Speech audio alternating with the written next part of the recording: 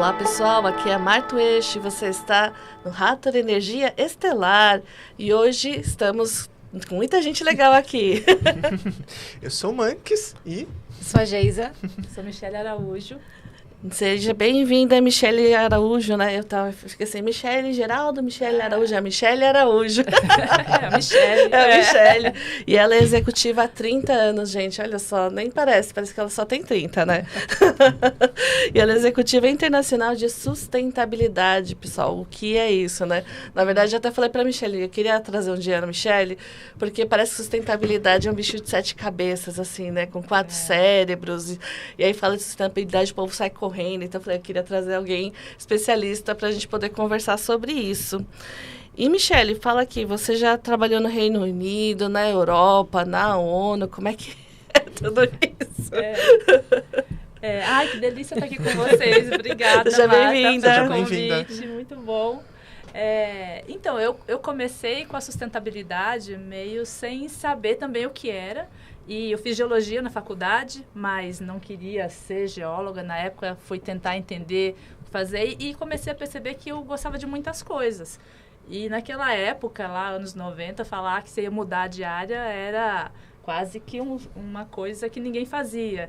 E hoje, ser múltiplo, fazer 1000 coisas ao mesmo tempo, é super comum, né? Então, eu fui juntando o que eu fui fazendo. Isso é típico dos estelares, né? Você sabe, né? Então. O estelar começa com engenharia, depois vai fazer crochê, depois volta. E não acontecia antes porque nos anos 90 os estelares ainda eram jovens, né? A gente estava fazendo essa mudança, essa transição de padrões.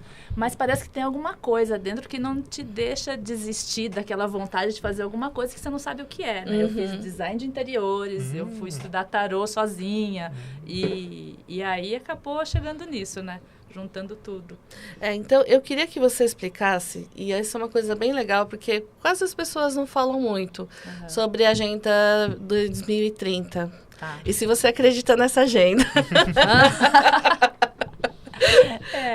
Eu acho que o jeito mais fácil de falar dessa agenda, do lado técnico, assim, é pensando um pouco sobre a partir de quando esses grandes acordos foram feitos, né? O Acordo de Paris, que falava de quando esses 193 países mais a Comunidade Europeia assinaram esse acordo para combate às mudanças climáticas, que era para substituir o que eles chamam do Acordo de Quioto. E aí, nessa época também, foi quando surgiram os Objetivos do Desenvolvimento Sustentável, os ODS, que também já vinham ali quase como repaginados do que nos anos 2000 eles falavam dos objetivos do milênio.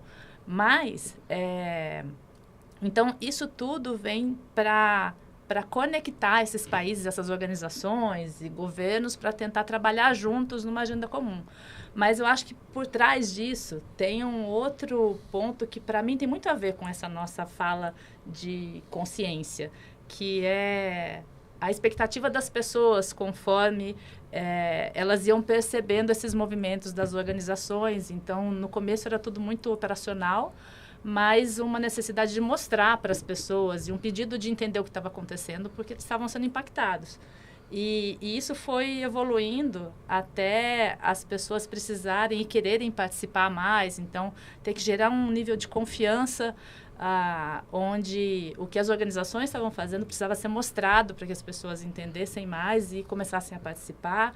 E nesse meio do caminho foi surgindo aí tripé da sustentabilidade, essas regulamentações, muito por conta dessa pressão do que a gente chama de stakeholders, né, das pessoas que estão sendo impactadas ou impactando. E hoje a gente migra desse lugar de conhecer, ouvir, gerar confiança para gerar impacto, regenerar, trabalhar juntos de um jeito mais sistêmico. Quando eu penso nesse paralelo da consciência, a gente também, né, você falou das sementes estelares muito novas ainda, a gente também está nesse processo de despertar que foi acompanhando esse tempo, que a gente vai se conhecendo aos poucos também, né? E isso parece que vem trazendo novas informações a cada década. Então... E você acha que as pessoas hoje, principalmente as empresas, elas estão realmente com a mente aberta sobre o tema ou é mais pela pressão? Às vezes é pelo amor, às vezes é pela dor, né? Eu sinto que tem um pêndulo, que dependendo de como é o movimento geopolítico, tem uma abertura maior ou menor.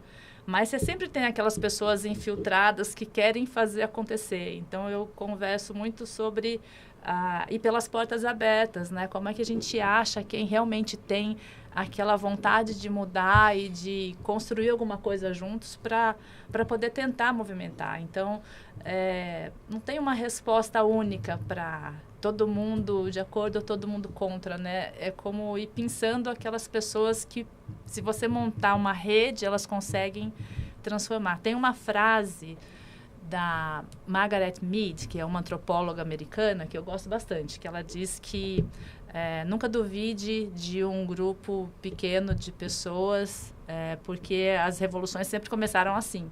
Então, é mais ou menos o que a gente faz também, né?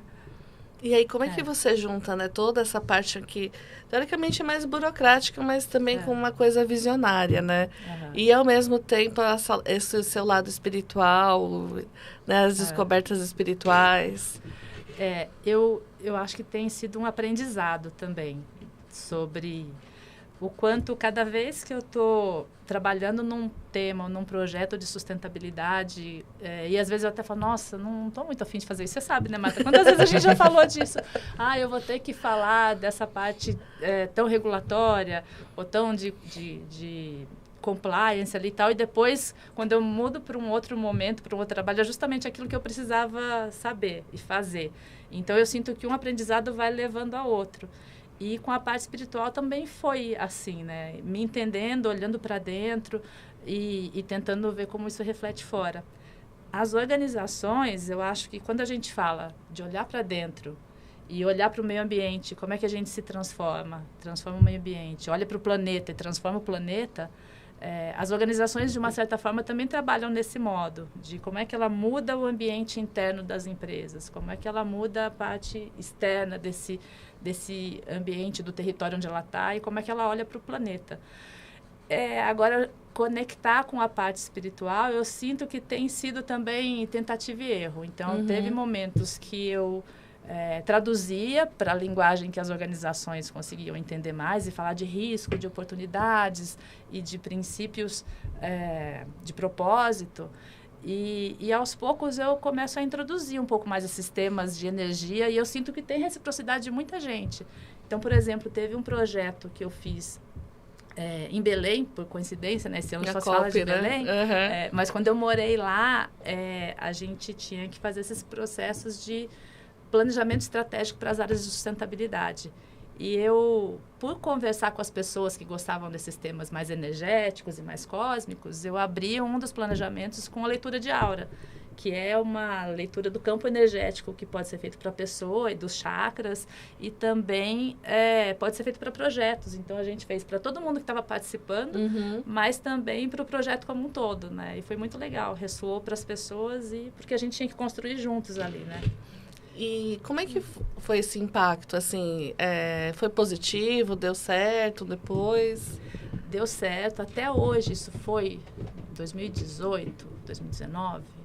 Até hoje eu converso com algumas pessoas que falam o quanto esse processo mais holístico, integrado ali, ressoou. Porque a gente está falando de pessoas construindo esses projetos, né? E o projeto não é uma entidade viva. E então, foi algo que impactou para eles, nas questões que eles tinham, cada um consigo, e como eles colocavam essa energia no projeto também. E a gente não consegue fazer nada sozinho, né? Hoje mesmo a gente tem visto como essas crises e todo esse movimento de multiplicidade, né, tem acontecido tudo ao mesmo tempo, tudo junto. E então, essa necessidade de conectar as organizações, os governos, as pessoas, esses temas comuns, também tem que partir de um lugar que fala, de uma certa forma, de propósito, apesar dessa palavra estar um pouco desgastada já, né, muito usada, mas de um lugar onde afeta todo mundo e todo mundo precisa ter uma corresponsabilidade para atuar dentro daquele pedaço que consegue. E muitas vezes a gente não sabe exatamente que pedaço é esse, né? Pode ser intuitivo também, de uma certa forma, dentro de você com você mesmo, até você chegar para trabalhar juntos, né?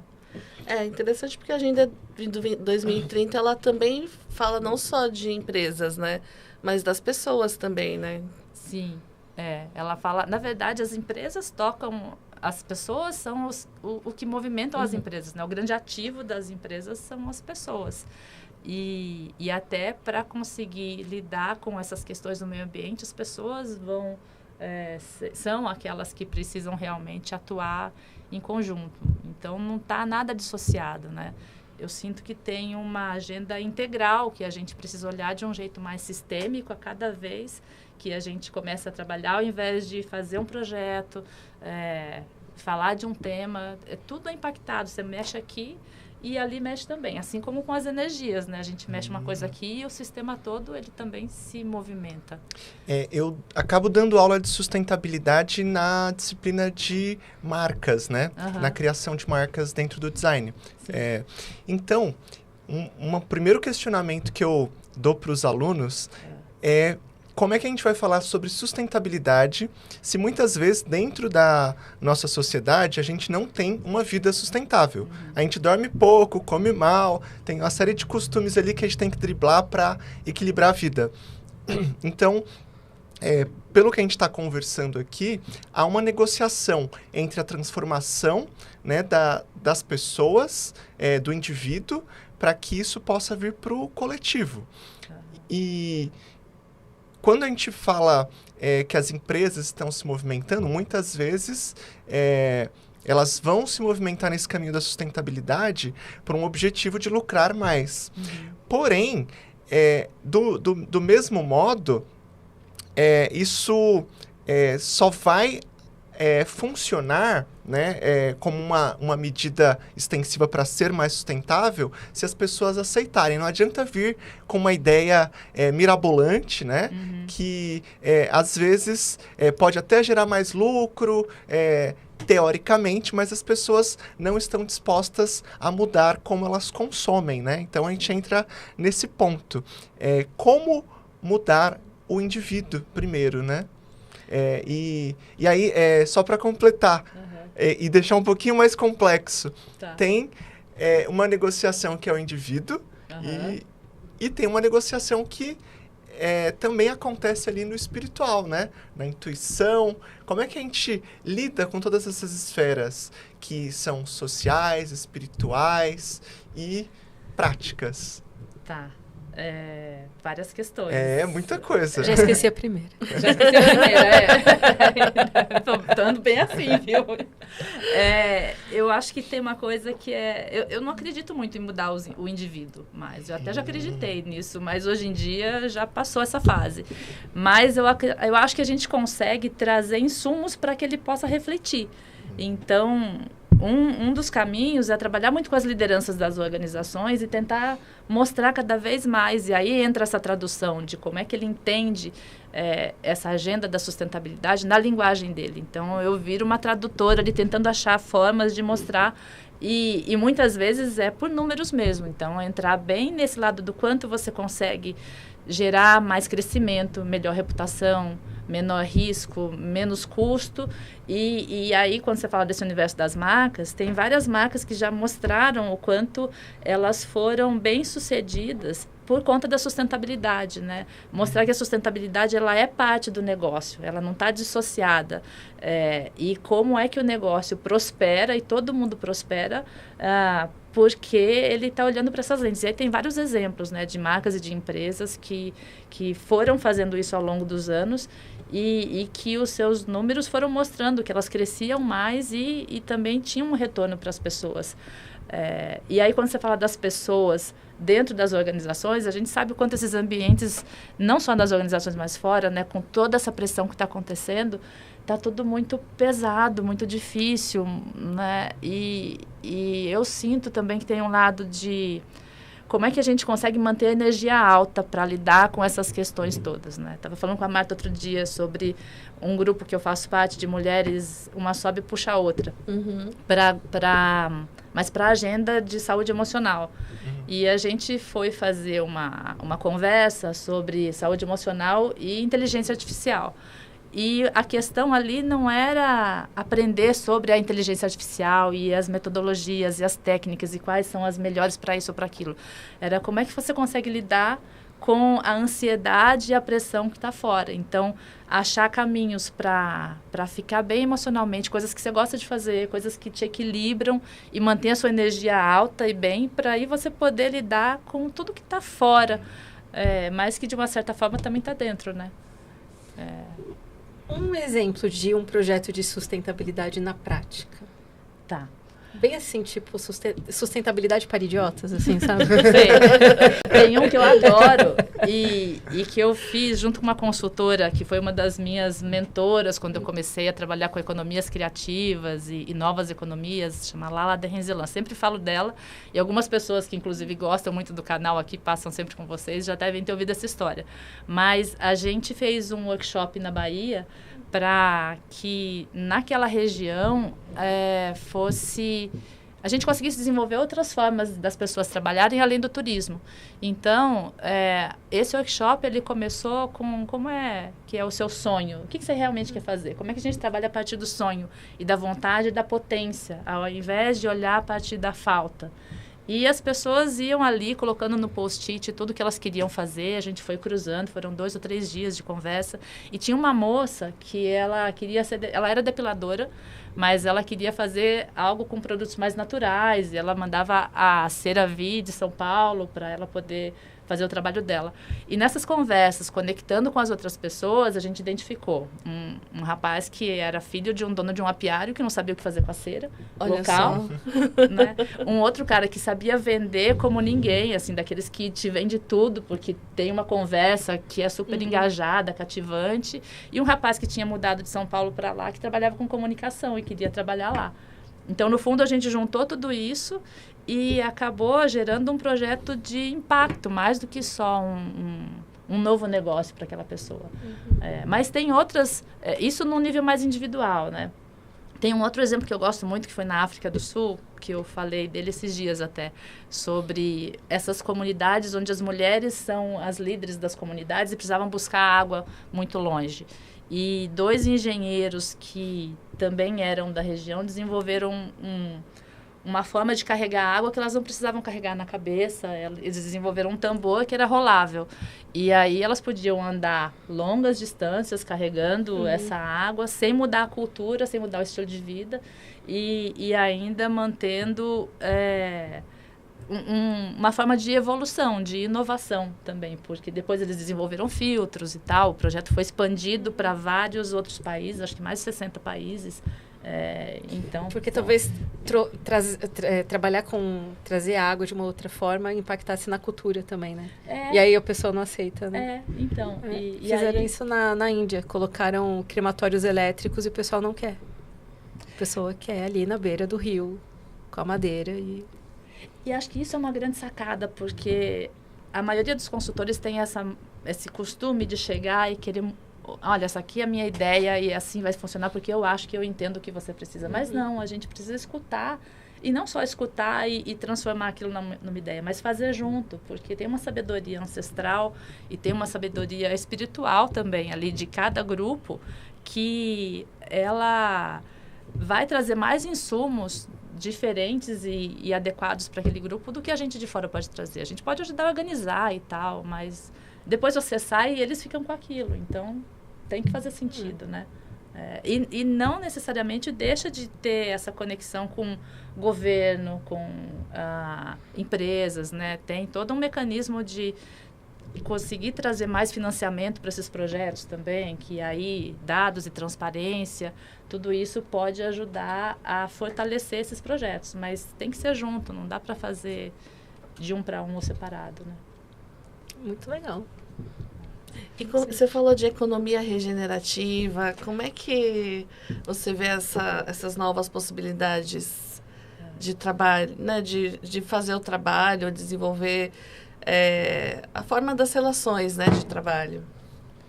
Economia regenerativa, a gente fala muito de conexão com sistemas vivos e de até aprender com sistemas vivos. Então, de novo, acho que tem muito a ver com o que a gente está falando aqui, né? Onde é que a gente vê, por exemplo, na natureza, que se uma planta precisa de mais sombra e outra de mais luz, a que precisa de sombra vai crescer embaixo daquela que precisa de luz. Naturalmente, tem um ciclo abundante ali.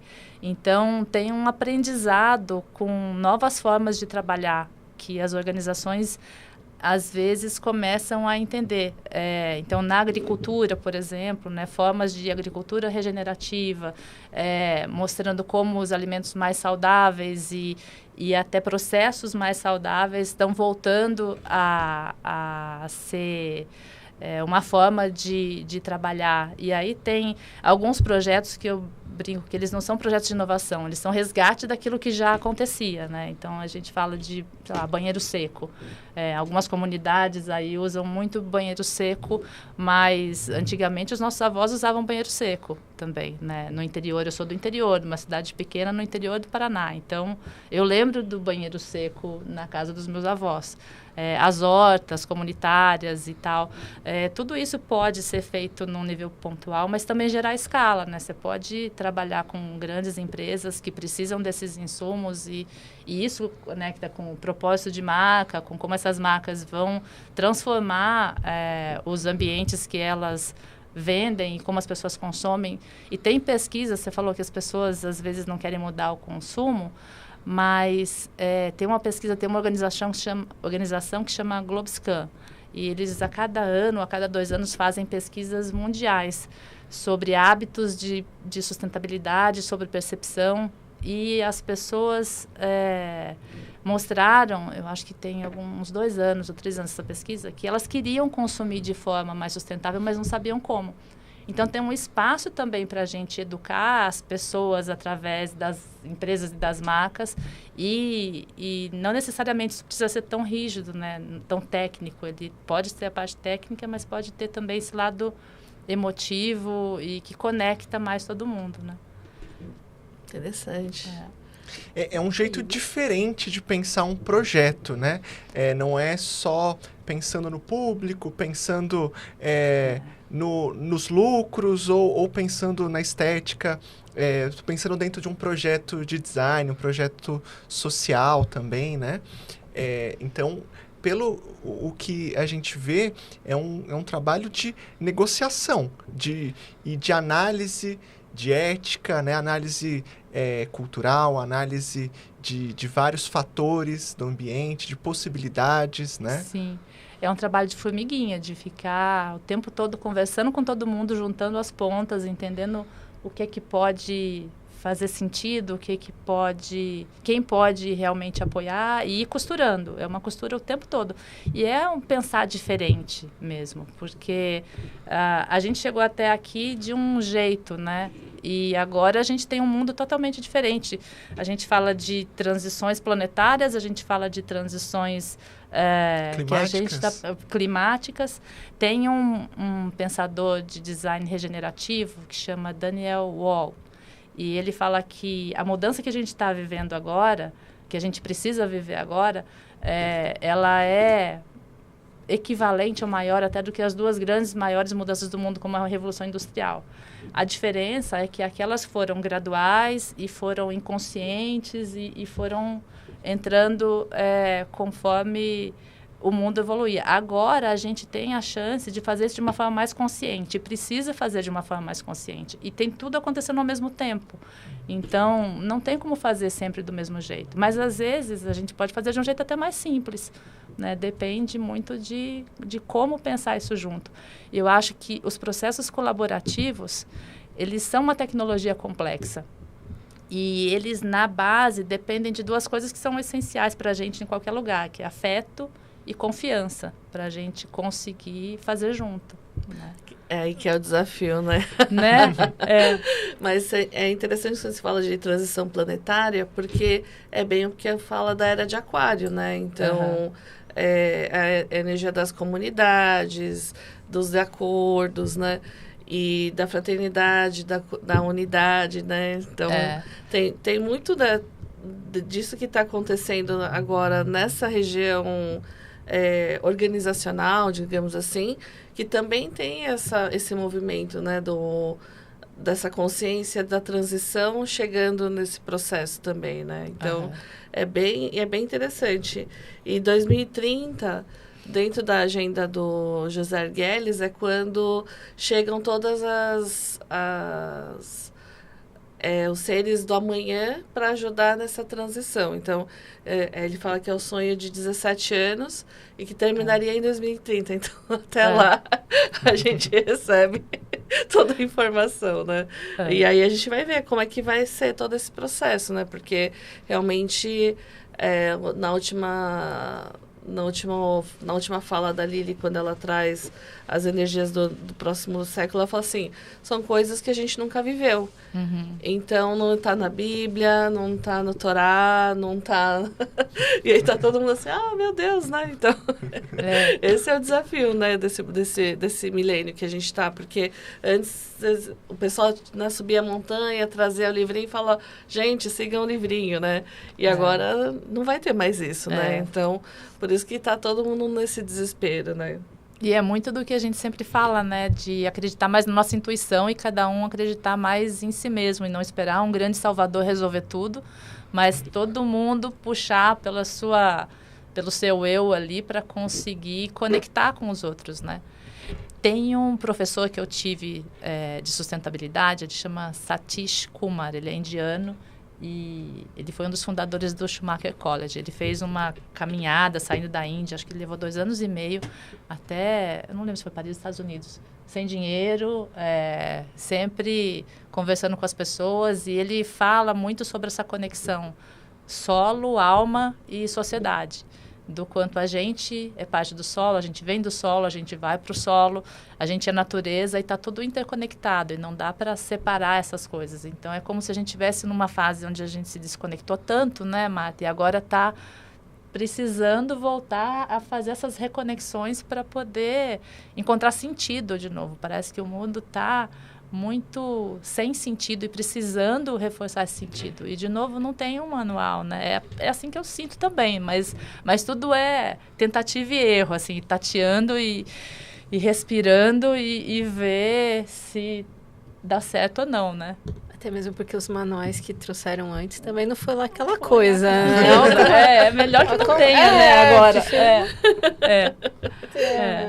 E achei muito bonito quando você fala que a viabilidade do trabalho que você faz está ligada ao afeto, né?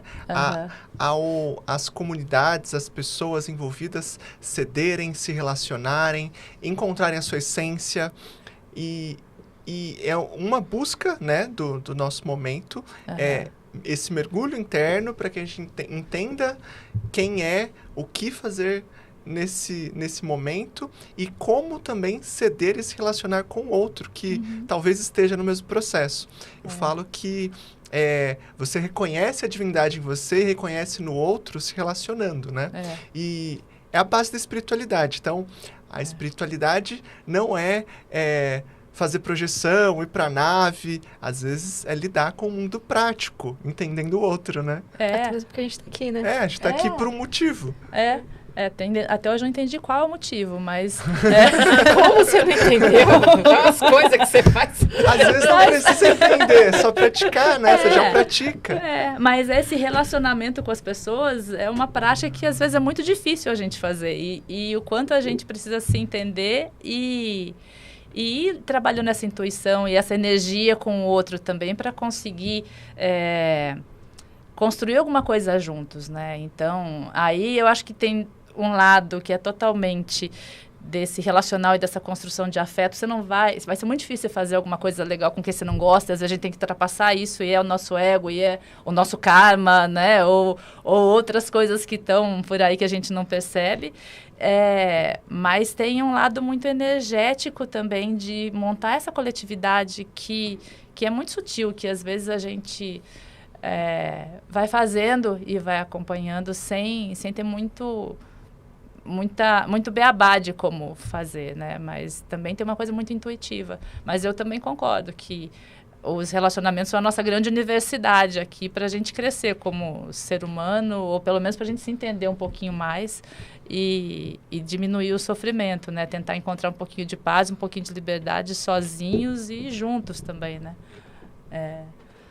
E me fala uma coisa, vai ter COP agora, né? Quem não sabe, né? COP 30? COP 30. COP 30 em Belém. O que as pessoas podem esperar? O que a gente tem que falar para a gente poder acompanhar? O que você está achando desse momento para o Brasil? Olha, tem muitas percepções mistas ali, mas acho que se eu conseguisse colocar em uma palavra, é buscar convergência desses esforços do que todo mundo precisa implementar. Então, a grande fala sobre a COP hoje é que essa é a COP da implementação. Já teve muita negociação de muitos projetos, de muitas regras, de metas que os países precisam atingir. Agora é hora de mostrar soluções que sejam práticas e que sejam coletivas, locais, globais. E aí eu acho que a gente ficar esperando só que a agenda da COP resolva tudo não é suficiente. Então, porque eu ia falar, né? De quem está em casa assistindo, daí vai lá, como que ela pode também interagir e falar, eu também quero. Porque você pode acompanhar o que está acontecendo, né? E tem os canais, os sites e tal, mas você pode fazer a mesma coisa no seu bairro, com as pessoas que você interage no dia a dia e olhar para as políticas públicas e ver o quanto elas podem ser utilizadas ou quanto a gente precisa cobrar mais políticas públicas também para que, às vezes, as regulamentações aconteçam, né? Porque, às vezes, o financiamento de algum projeto depende de uma conexão com a política pública que ajuda que a sustentabilidade, os projetos mais sustentáveis se ampliem. Mas não dá para ficar só no âmbito daquelas grandes decisões dos países, né? A gente pode fazer nos nossos grupos também, né?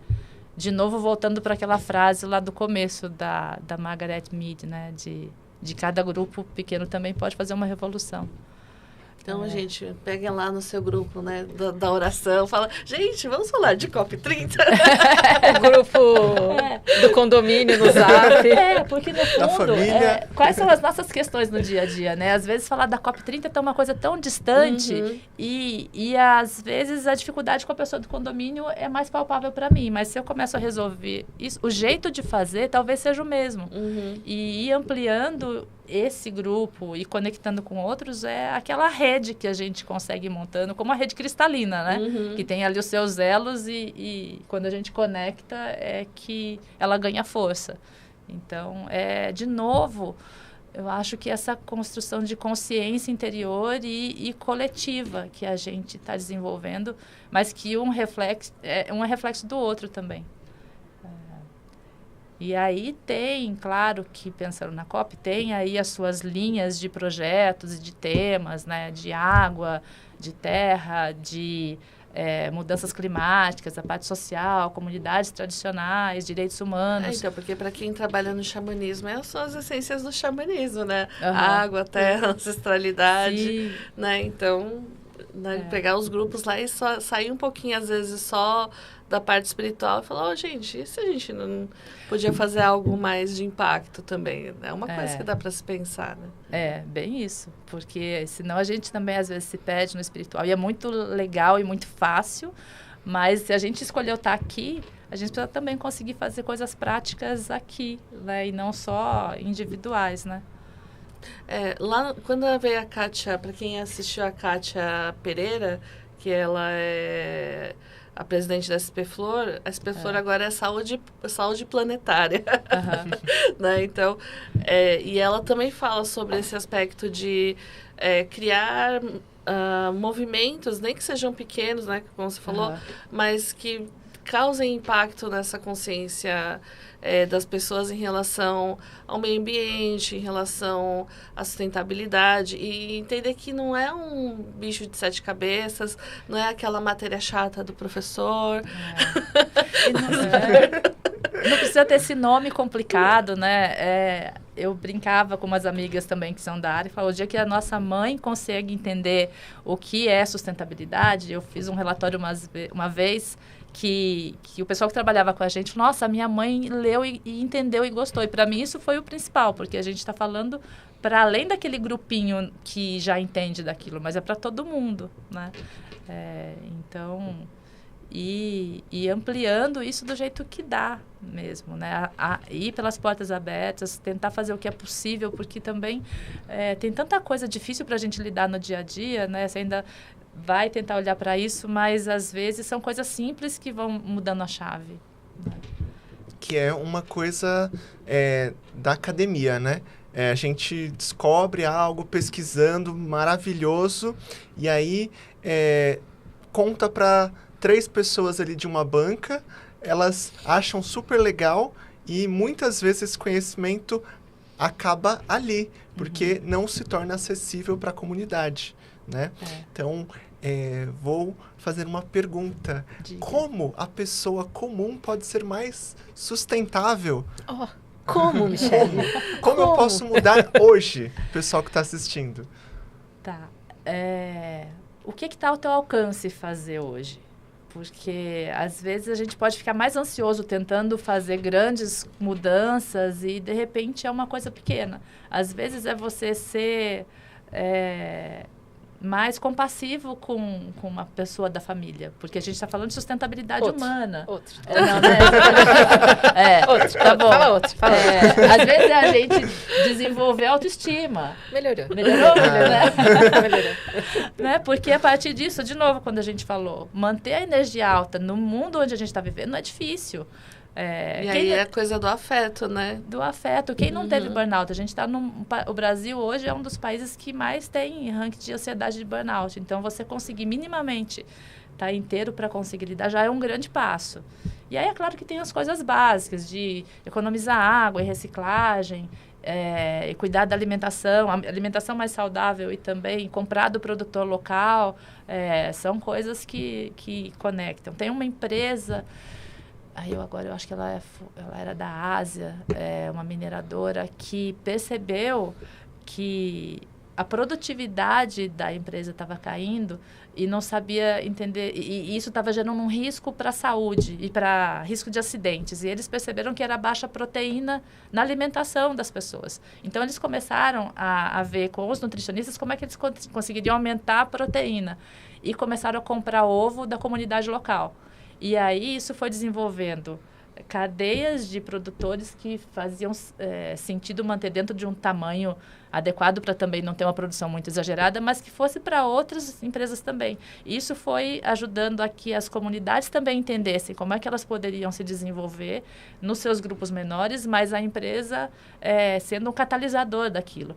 Poderia funcionar ao contrário também, quando as empresas locais, os grupos menores querem tentar oferecer para quem está ali por perto, né? Grupos de troca, né? Os escambos antigamente eram muito assim, isso está voltando muito, né? As pessoas não estão voltando a fazer crochê para saúde mental, e coisas muito simples. Interessante o que você fala, porque a gente pensa que sustentabilidade é só meio ambiente, mas também tem a ver com saúde mental. Né? Então, isso é uma coisa... se você já ficar bem, já está sendo sustentável. O meu olho esquerdo só tremendo. Assim.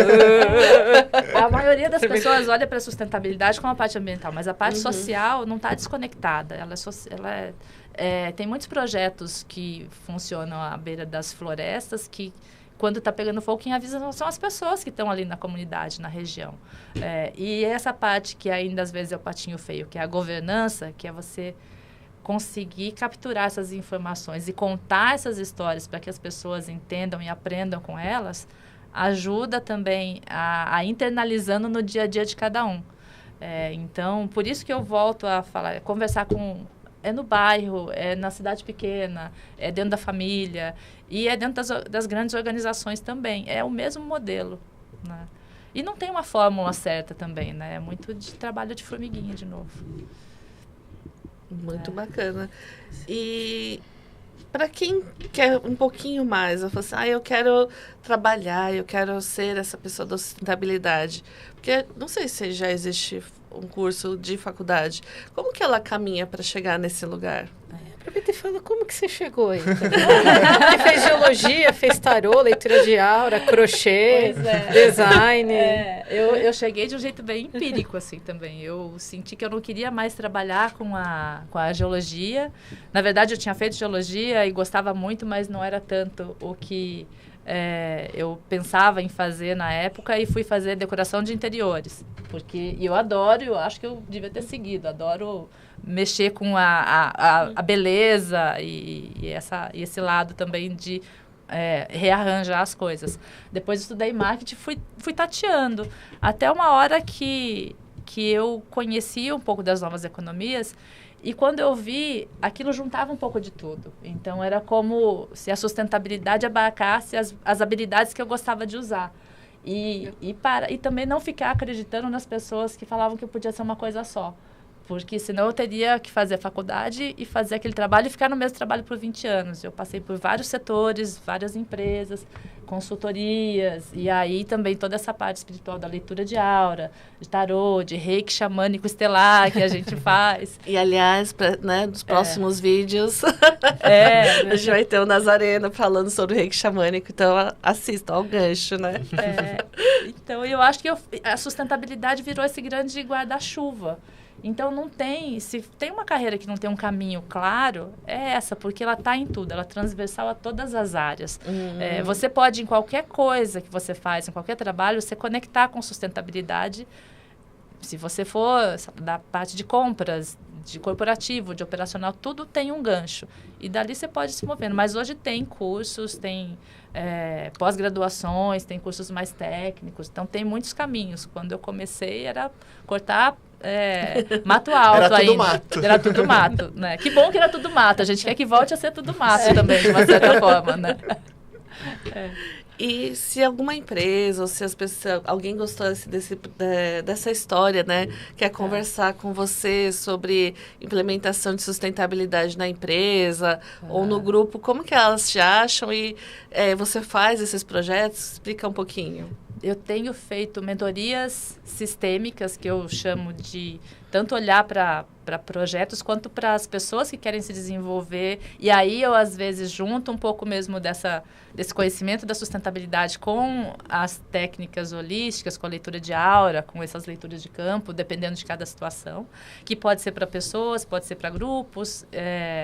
E aí eu geralmente estou no LinkedIn, né, Michele Geraldo Araújo, e no Instagram também, michele.g.araújo. Gente, o Doni já pôs aqui, então vocês só clicam, dá um like lá, dá um joinha para ela, e também se quiser procurar ela para poder...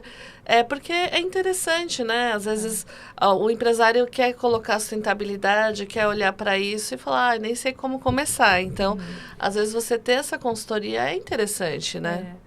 Eu trabalho numa empresa hoje, mas trabalhei com várias empresas e tenho muitos contatos. Eu acho que essa rede que a gente conecta, ela é super relevante também. Então, eu posso fazer pontes também que podem ajudar, enfim. Senti um chamado, falo, não sei porque eu preciso falar com ela. Mandou mensagem para a Michele, porque é realmente um trabalho, né? Eu acho que é importante, é pouco falado, mas de uma certa forma tem impacto na nossa vida, no dia a dia. E a gente também, né, como a gente agora está entendendo, a gente pode fazer esse impacto. Então, em vez de só ser impactado, a gente também começar a impactar. Né? Porque senão é aquela história, vão decidir por você, já que você não quer decidir, né? Então... Esse é o movimento e aí por isso que eu achei interessante trazer você para falar sobre sustentabilidade, né? Tem um vídeo que eu gosto muito, que é Como Começar um Movimento, vocês já viram? Não. Que procura depois no YouTube ali, sobre como começar um movimento. Um rapaz que está num campo e cheio de gente sentada, e ele começa a dançar um pouquinho, e dali a pouco ele parece um maluco dançando sozinho. Mas aí vem mais um maluco e começa a dançar do lado dele, já viu? Sim. E de repente está todo mundo dançando junto, porque você vai puxando, às vezes, a partir do nada mesmo. E é uma coisa que a gente analisa quando vai pensar em tendência. Sempre tem quem começa o movimento, depois que o segundo segue, aí começa a virar multidão. E às vezes você vê uma tendência que vai, de repente, ou inovações que vão, assim, correndo pela tangente, de repente aquilo é que muda o jogo. Sim. Então, não dá para desacreditar. Por isso que eu acho que a coisa do sonho, de novo, e da confiança, do afeto, elas fazem todo sentido, porque a gente está resgatando alguma coisa que é da nossa essência, né? O belo, o ser afetuoso, isso é da nossa essência. E a gente vai tentando ficar tão prático e desequilibrado com esse princípio masculino, princípio feminino dentro da gente, mas isso também está fora e a gente consegue estimular para que isso seja mais equilibrado nas organizações, apesar de difícil, né? Mas consegue. Vai tentando, pelo menos. Né? O ponto é, você vai ser liderado ou você vai liderar, né? Os dragões sempre falam, é importante você liderar também, não só ser liderado. Então, eu acho que é um ponto onde a gente começa a tomar consciência do nosso impacto sobre o processo, né? E ser mais sustentável também tá lá e tá disponível para fazer algo, né? E lidar com os nossos medos, né? Porque também não é simplesmente, vou fazer e já sei. Dá medo o tempo todo, né? Você não sabe o que está fazendo, você está aprendendo a navegar em ambientes que às vezes são inóspitos e são difíceis e você não sabe nem porque você vai, mas você vai. Né? A Marta me ouve falando disso o tempo todo. Então, eu acho que é um pouco por aí, é tentar ir confiando naquilo que a gente talvez não saiba dar nome, mas que está ali chamando, que pode ser uma intuição, ou pode ser também aquilo que te leva para aprender a lidar com esses ambientes e aprender a navegar nesse desconhecido. E um recadinho para os jovenzinhos, né? Pessoal que está chegando agora, receber o mundo desse jeito. O que você diria para eles? Eu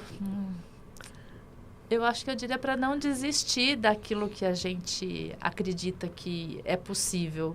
Porque se eu voltar para aquela frase de novo, acho que eu usei já 2 vezes hoje, né? Mas para a gente não duvidar do que a gente é capaz de fazer, ou de um grupo pequeno, porque as mudanças às vezes começam assim. Quando eu comecei, eu jamais imaginei que hoje eu ia estar fazendo isso. Porque às vezes o jovenzinho ele ainda entra naquele sistema antigo que né, tem que ser ou médico, ou advogado, ou engenheiro, né? Então, as instituições ainda não mudaram nesse sentido, né? Mas é legal você falar isso, porque as profissões estão mudando muito hoje. Então, as profissões que existem hoje, 5 anos atrás, muitas não existiam. E daqui a 5 anos são novas que a gente ainda não sabe o que vai acontecer. Então, a gente por causa de você, jovenzinho, que não sabe o que vai ser, que vai ser uma profissional que você não sabe do que mas vai existir. E, às vezes, a gente tem que inventar essa nossa profissão. Você tem que inventar um nome esdrúxulo que não tem no mercado. E daqui a pouco... Uber existia. O fax foi uma revolução para o telefone, o Uber para o táxi. E essas coisas não existiam. Então,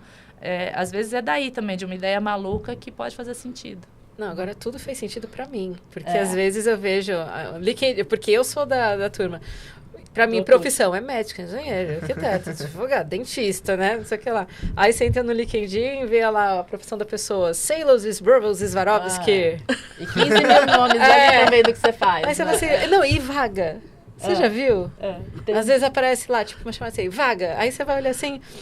Estamos recrutando workers, bravos, assim, mas a pessoa vai fazer o quê nisso? Não dá pra... E tudo muito encaixadinho, assim, copiou e colou de alguma outra vaga que talvez tinha até outro nome e ali tá tudo encaixadinho, mas a gente pode... no fim o cara é empacotador. Eu fico tentando ser uma voz otimista ainda, apesar de entender que tem um movimento forte ali pra gente conseguir, que dá trabalho, né? Já passei por burnout, não é assim também, alecrim dourado.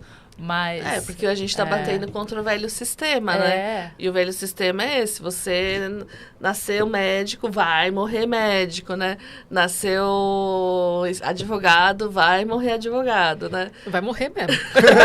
Não, e ainda assim, você nasceu médico e vai morrer. Você nasceu privilegiado já. Né? Exato, e também. quando você não está nessa situação e tem que lutar contra um outro sistema que também não te abre as portas para você poder sair da desigualdade, né? Isso já é outro ponto da sustentabilidade, mas que também é, né, a questão do acesso, da educação. Então, uma formiguinha de cada vez. Mas quem sabe se as formiguinhas não se unem e tentam modificar, né? Porque é isso, é assim enquanto a gente aceita que o sistema seja assim, né? Aí, enquanto a gente fala, não, acho que eu quero mudar, né? Então, como que você vai mudar, né? Então, talvez seja um pouco nesse otimismo que você, jovenzinho... E essa cobrança, né? Entender os porquês mesmo. A gente fala muito quando está estruturando alguma coisa, de qual é o porquê. Por que eu estou fazendo isso? Para que eu quero isso? Né? Para onde eu vou e tal? Essas perguntas, às vezes, ficam perdidas, né? Nas pessoas que estão só na tela do celular, coladas ali, e esquecendo de viver a vida fora dela, né? Também. Pôr o pé no chão, andar descalço, se reconectar. A gente está muito desconectado de tudo que alimenta, que nutre essa alma que consegue intuir essas coisas também, né? É bem importante. Então, gente, fiquem ligados, a COP é em novembro, né? Agora. Novembro. É no portal 1111?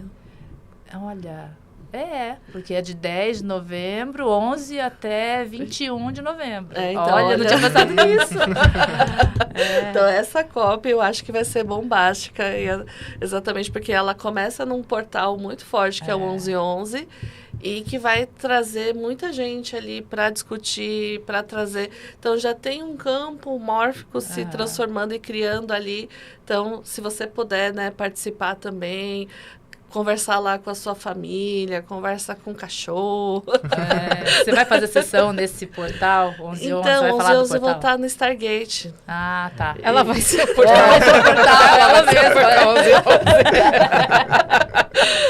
Até 29, porque 29 a gente termina no planetário com os dragões. Então, o 11-11 e o 11-11, aquele 29, vai ser um espetáculo. Eu tô avisando todo mundo. Galera, o movimento... E você vê pelo movimento das pessoas, né? Porque tá todo mundo chegando quase no mesmo movimento, no mesmo tempo e tudo aqui. Então, assim, só o Doni comentou hoje que houveram uns sons, né, que veio lá de Santos, né? Para quem acompanha a gente sabe que a gente foi lá lá em Santos, descendo a serra para abrir os portais lá de Santos. Eu falei, o portal tá aberto, né? E teve tremores na Bahia.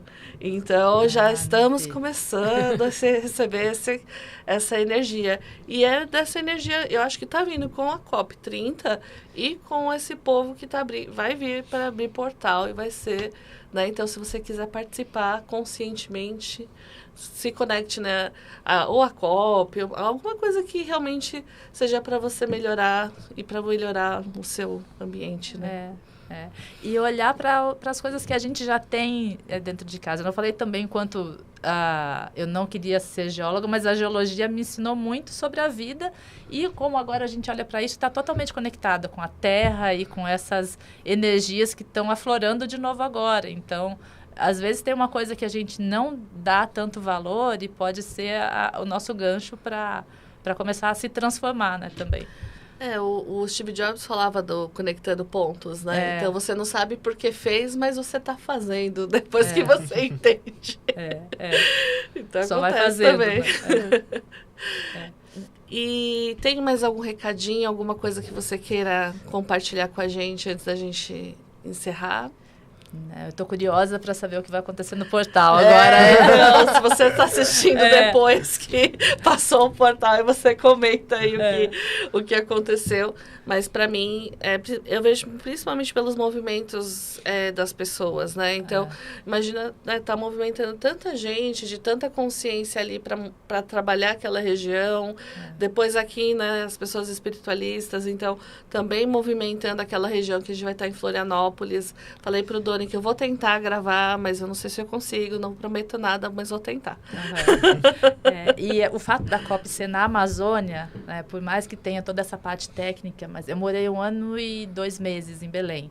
Aquele lugar tem uma energia tão forte também, que acho que tem todo um outro uma outra camada e que não está sendo discutida, mas que a gente aqui sabe que ela contribui muito e que faz a diferença, que é isso acontecer lá, né? Belém é muito além da COP, as pessoas, a energia das pessoas. A gente está passando na fase do Sírio de Belém agora, né? Que tem um movimento de fé que talvez seja um dos mais potentes que eu, pelo menos, já vi.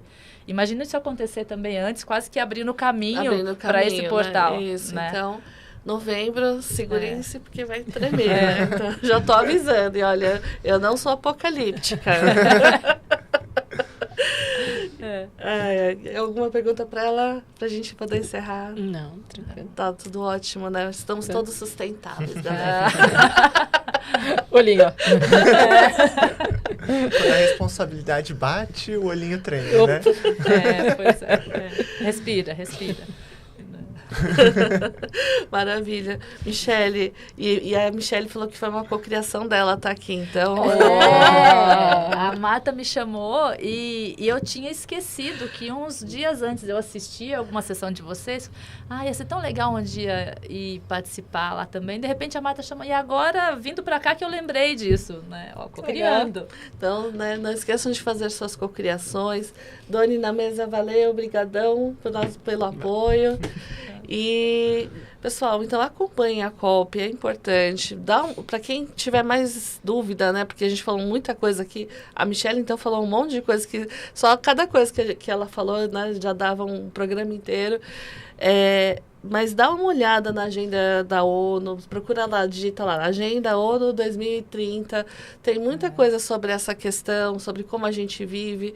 Porque a gente precisa mudar. Na verdade, a verdade é essa, né? Ou muda ou muda. Então, vamos mudar pelo jeito mais fácil. Tem um site para a COP, para tudo que está acontecendo também, de COP 30. É só colocar no Google que está fácil de achar. Tudo que está sendo preparado também está lá. Vale pelo menos acompanhar, assim, ficar ciente do que está rolando. Fique ciente, acompanhe, é importante. É um momento muito importante para o Brasil também, né? O Brasil tem a chance de ser protagonista em muitos desses temas ali. Todos os temas que a gente fala de sustentabilidade, o Brasil está na vanguarda ou na frente de muitas tecnologias. Então, realmente, a gente é um país muito, muito rico, mas que a gente precisa conseguir fazer essas coisas acontecerem para a gente. É o apoio, né? A pessoa está lá apoiada, né? Fazer a coisa acontecer e todo mundo no seu cantinho fazendo. Certo? Então, gratidão, Michele, muito obrigada. Gratidão, GG, gratidão, Mangs. E é isso aí, pessoal. A próxima, assistam, né? Mas fiquem ligados nas nossas lives. Lembra que sempre lança toda segunda-feira, 10 da manhã. Então, fiquem ligados. Até mais. Tchau, tchau.